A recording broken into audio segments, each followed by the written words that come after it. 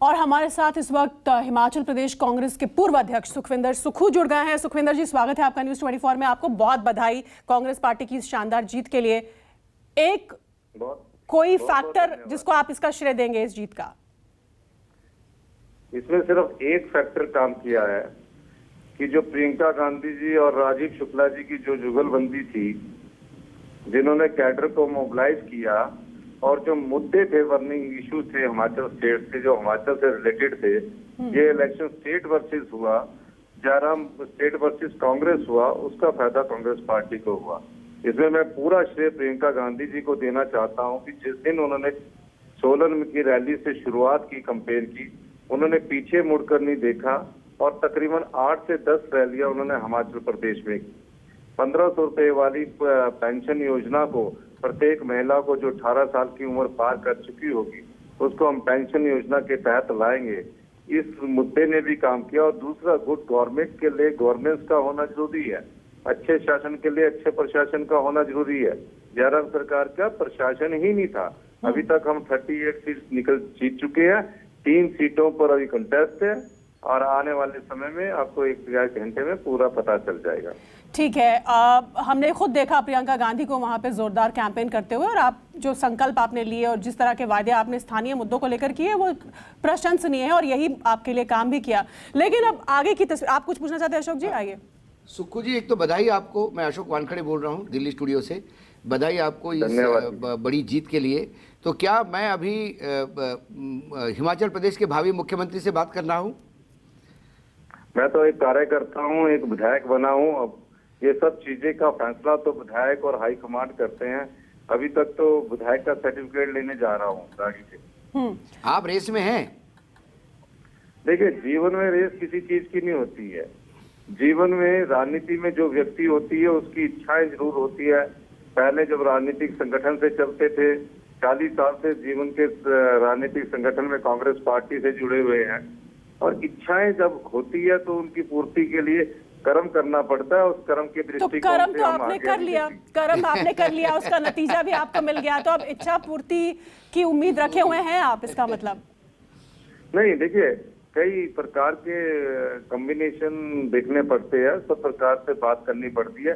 अभी 2-3 एमएलओ के और चुनाव के आने चाहिए और उसके बाद जो हाई कमांड तय करेगा, और हाई कमांड हमेशा से जस्टिस करता है, पार्टी के हित में फैसले करता है, तभी तो कांग्रेस जीती।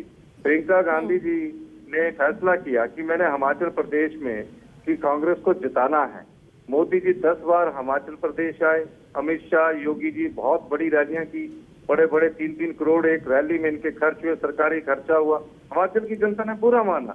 प्रियंका गांधी जी आए, साधारण तरीके से कहा कि हिमाचल में मेरा एक घर है, और ये भी सही है। गांधी परिवार का पूरे हिंदुस्तान में कहीं घर ही नहीं है, हिमाचल में घर है। और उन्हें 6 तारीख को सोलन से जो रैली शुरुआत की, उसने मूवमेंट ऐसा बनाया कि कार्यकर्ता उत्साहित होकर घर नहीं बैठा, और उसने भारतीय जनता पार्टी की उस राज्य में हार करवाई है जिस राज्य में 97% हिंदू रहते हैं।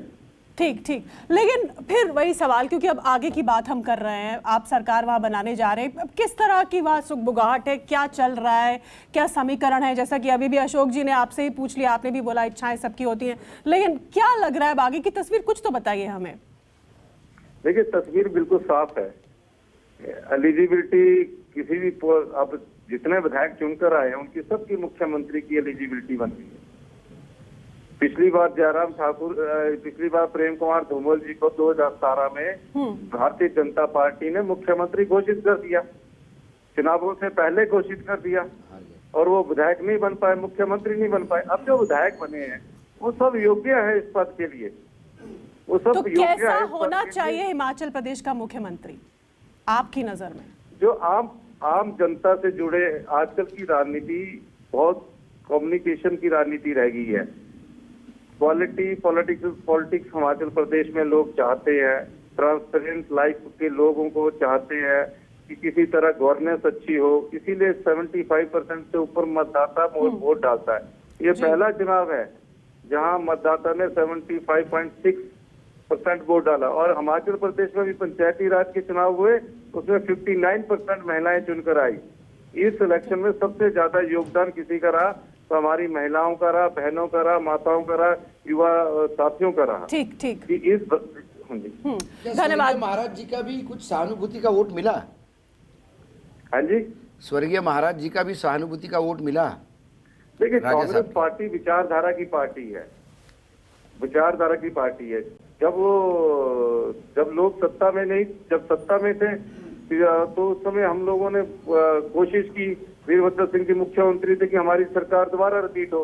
लेकिन कांग्रेस की विचारधारा ठीक है। और व्यक्ति बहुत बड़ी महत्वपूर्ण विचारधारा थे, जिसका भी सहयोग रहा, उनके कामों का भी हमें आशीर्वाद और सहयोग मिला। बहुत धन्यवाद। सुखविंदर सिंह सुक्खू, वरिष्ठ नेता, कांग्रेस के पूर्व अध्यक्ष हिमाचल प्रदेश के, जीते हैं और सरकार अब बनेगी, कांग्रेस पार्टी वहां सरकार बनाएगी। कौन मुख्यमंत्री बनेगा ये देखना दिलचस्प होगा। लेकिन आपको एक बार फिर बताएं कि न्यूज़ 24 टुडेज चाणक्य के एग्जिट पोल बिल्कुल सटीक बैठे हैं।